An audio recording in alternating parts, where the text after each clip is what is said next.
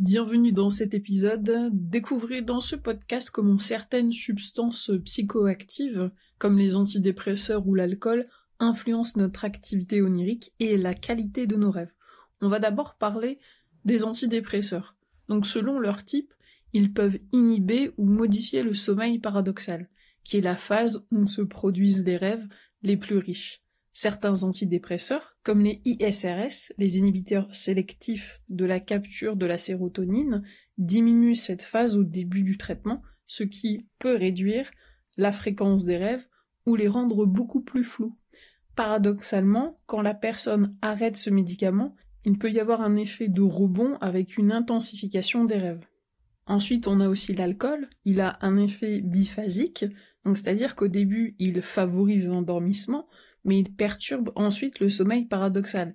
Et là, ce qui est très gênant, c'est que ça va provoquer des micro-réveils, et finalement, ça va être un sommeil très fragmenté.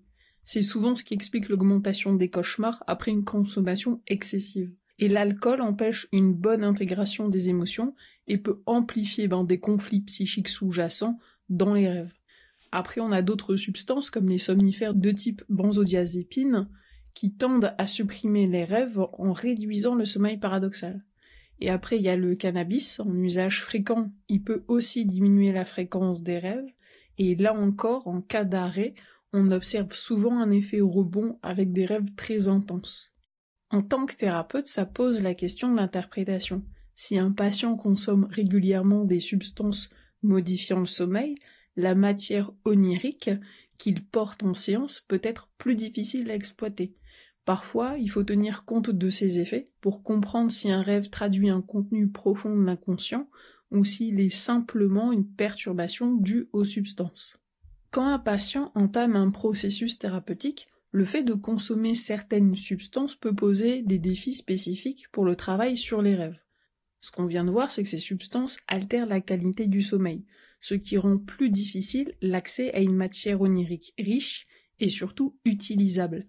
Cela ne signifie pas qu'un patient ne peut pas travailler sur lui-même s'il consomme de l'alcool ou prend des antidépresseurs, mais cela suppose d'adopter une approche plus nuancée.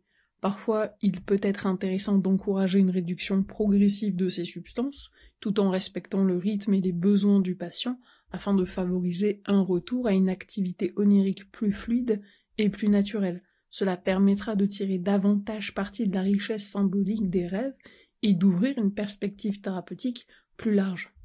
N'hésitez pas à me dire en commentaire si vous avez remarqué que l'alcool provoque des cauchemars, ce qui correspond à un fait très connu. Dans certains cas, la réduction ou l'arrêt de ces substances permet un retour à une activité onirique plus naturelle, favorisant une meilleure exploration de l'inconscient. Allons un petit peu plus loin. Pourquoi cette activité onirique est-elle si précieuse? Les rêves représentent une voie royale vers l'inconscient, comme l'affirmait Carl Gustav Jung. Ils nous permettent d'entrer en contact avec nos désirs profonds, nos peurs, nos espoirs, et même des parties de nous-mêmes que nous ignorons totalement dans notre vie consciente. Lorsque ces rêves sont perturbés par des substances, il est essentiel de retrouver progressivement une qualité de sommeil qui favorise un dialogue clair et profond avec notre monde intérieur.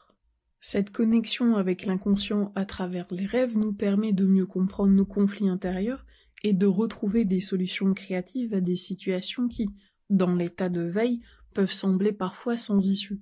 Un rêve peut révéler un besoin oublié, une peur cachée ou une aspiration profonde.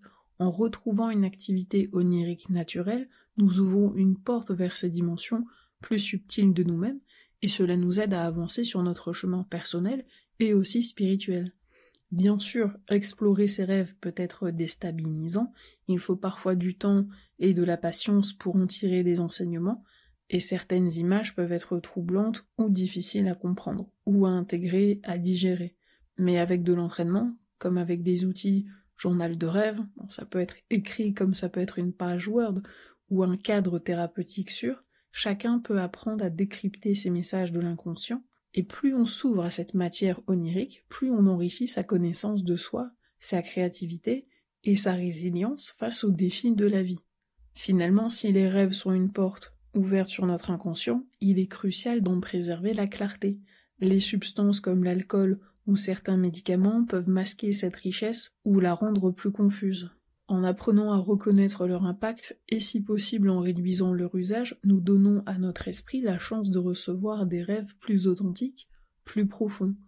Et avec ces rêves, c'est un dialogue plus franc et plus éclairé avec notre propre psyché qui devient possible.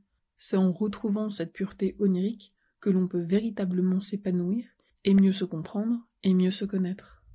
Merci pour ton écoute, et rappelle-toi, raconte-moi tes rêves, et je te dirai qui tu es. Et on se dit à très bientôt.